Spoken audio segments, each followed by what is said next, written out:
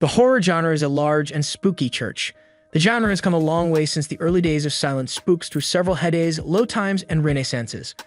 Along the way, it has acquired a number of single entries into the canon from directors who would otherwise have had nothing to do with it. These directors made one horror picture and then, for a variety of reasons, financial, personal, critical, and temporal, elected to throw in the blood-soaked towel and never return to horror's doorway again. Stanley Kubrick, The Shining, 1980. Stanley Kubrick directed The Shining in 1980 based on Stephen King's novel of the same name, and used the abilities of Jack Nicholson to depict the steady degradation of the film's isolated protagonist, family man-turned-axe murderer Jack Torrance. However, before creating the film, the director had no interest in horror, even turning down the opportunity to helm The Exorcist. Kubrick, as we know from his filmography, enjoyed exploring the masculine psyche and its yearning for power, which he typically found in war, violence, and sex. Many of these themes are both rejected and affirmed in The Shining. While the picture was originally regarded as one of the scariest horror films ever made, modern audiences recognize its importance in terms of suspense and dread rather than outright horror. Kubrick avoided usual horror cliches, opting for depth and intellectuality above thrills and spills. Indeed, his dedication to creating a horror in the psychological sense, rather than a vicious, horrible, blood-filled one, echoes throughout the rest of his work, and when combined with his penchant for genre hopping, explains why he never returned to horror again. Tomas Alfredson, Let the Right One In, 2008. Tomas Alfredson's filmography is one of the most haphazard in modern cinema, with a few comic blockbusters in the Swedish indie scene, a large studio triumph, a major studio flop, and one lonesome horror film smack dab in the center. Let the Right One In, based on John Ajvide Lindqvist's novel of the same name, uses a modest neighborhood of Stockholm as the setting for a modern vampire romance that has Twilight shivering in its boots. Despite its Swedish subtitles, the film was a smash hit with Western viewers and has since been regarded as one of the best vampire films ever filmed. So given that it was his most successful film at the time, why didn't Alfredson do more horror? As it turns out, rather than the horror, it was the all-too-human struggle of the book's young protagonist Oscar that sparked his interest in the project, though Alfredson stated at the time that he wouldn't mind doing another one if the appropriate script came along. It never did.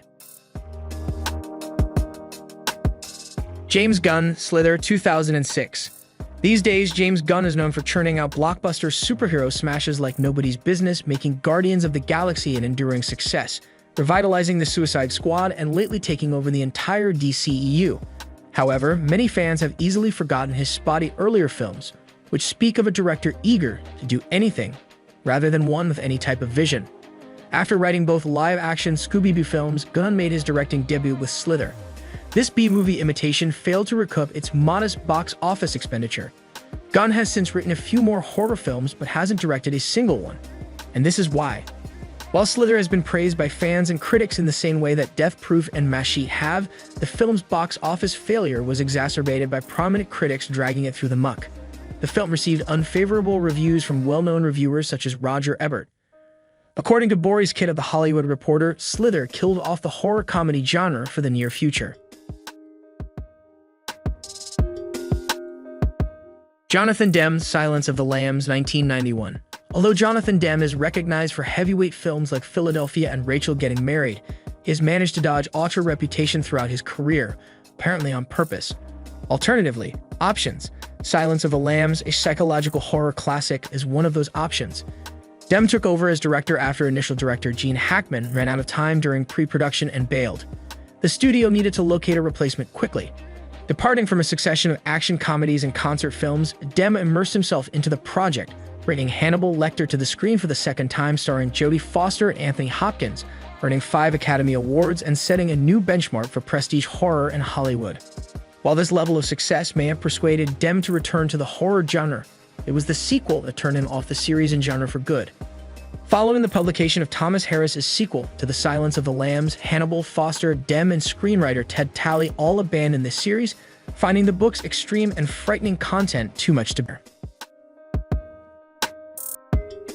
David Fincher, Alien 3, 1992.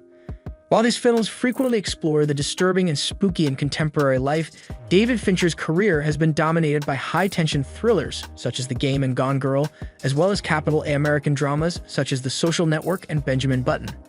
To put it simply, he has avoided horror since his difficult debut, Alien 3. The picture was plagued by problems from the start, thanks to the intervention of producers David Giler, Walter Hill, and Gordon Carroll, who saw the profit potential of another Alien sequel and sought as much influence over the process as possible. Fincher, a young director establishing his name in music videos, steps in. The gamble of using Fincher's inexperience to manipulate him did not pay off. The filmmaker was a perfectionist who insisted on doing things his way. This resulted in a difficult production between Fincher and the producers, who were continually pressing on him, and a film that served no one's desires. Alien 3 established a pattern of sorrow and strife. Fincher later renounced the film and never returned to the horror genre.